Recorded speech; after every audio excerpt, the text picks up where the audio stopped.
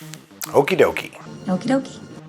I should have put together a crib sheet or something. I feel like I don't know what I'm doing. Okie dokie. Okie dokie. I'm Rodney Donahue, and today I'm going to talk about Boy Kills World. Let's do this. And the Fallout TV show on Prime Video. People just can't be nice. So I plan to talk about both the movie and the show.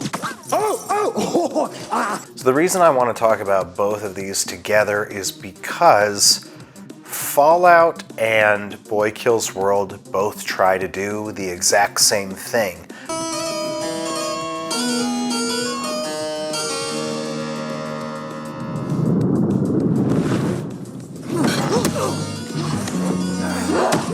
They're both trying to create a very wacky world.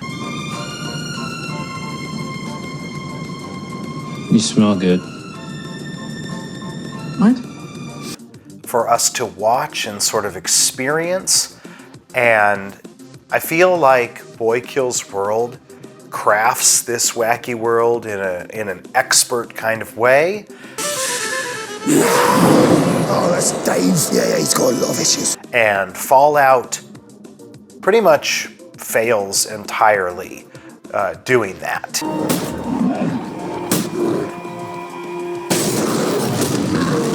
In something like these, genre and tone are very important. You want to make sure that your tone is appropriately dark as well as kitschy, and you want to try to find a way to balance that as best you can. Come on.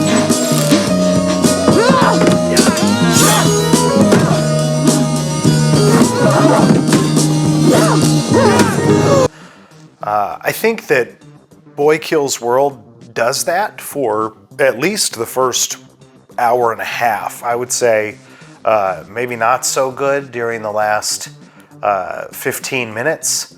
But I loved Boy Kills World, and I did not enjoy Fallout all that much. So I've got two copies, right, of Fallout New Vegas. I've got one for PlayStation 3 and I've got one for Xbox 360. And there's a perk on Fallout New Vegas that's called Wild Wasteland. And the purpose of that is to create a wacky experience in the game. And I feel like that's what the Fallout TV show wishes that it could have done. But instead, it mostly attempts to move from dark political satire into wacky slapstick comedy, and then right back. It feels more like a series of Family Guy jokes than it does sort of presenting this zany experience. I remember there's a part in Fallout New Vegas where you find there's like a Star Wars reference and the music goes woo.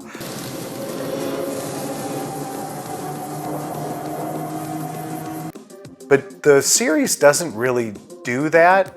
I think about like during the first episode, there's a big fight that takes place. There's a fight scene in the first episode and in the second episode, and in both of those fight scenes, the tone is very dark, but the music that they're playing is sort of that 40s, 50s feel that is played in the intro of all the games, like Fallout 1 and Fallout 3, which is probably the most famous of any of them.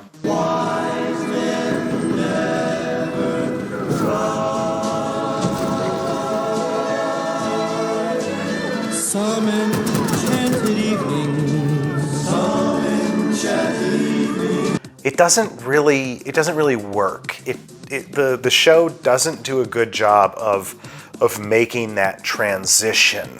And it reminds me a lot of, the show reminds me a lot of Westworld, also created by Jonathan Nolan.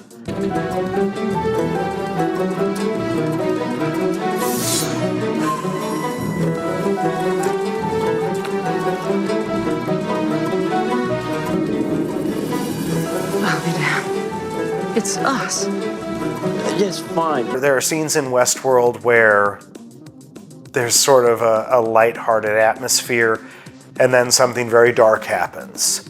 Or the show seems to be going in a very dark direction, and then something very lighthearted happens. And that's fine, but it's not zany. It's not really, it feels like the show Fallout is going for something that it's not really attaining. I may have cribbed a little bit from Westworld.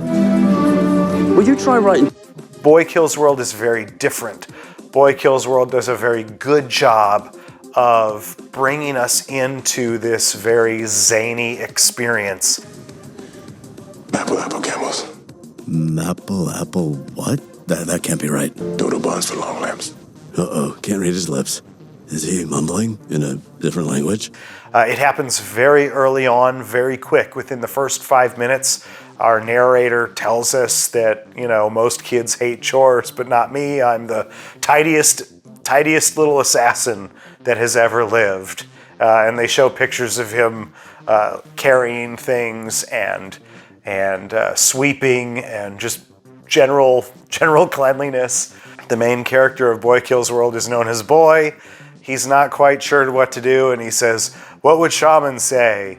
And then it cuts to Shaman, and Shaman like slaps him in the face, and he's like, "You're an idiot." And then he kind of brushes it aside. He's like, "Nope, that's not it." And that also, just like the Fallout series, that's very much a Family Guy style reference where you are moving through your plot and then you kind of drop out of your plot to tell this joke. But in Fallout, it doesn't really work. And when that dropout happens in Boy Kills World, it's usually fantastic. I was laughing pretty good during most of the first hour of Boy Kills World. Player one wins. Game over. Oh, yeah. Game not over? Did I say Fallout that time? I think I said Fallout both times. I don't know. I'll go back and edit it. Whatever. It doesn't matter. Fallout did a bad job and just completely bottoms out. Boy Kills World, when it drops out of the plot into the reference moment, it does a good job. So that's the big difference between Boy Kills World and Fallout.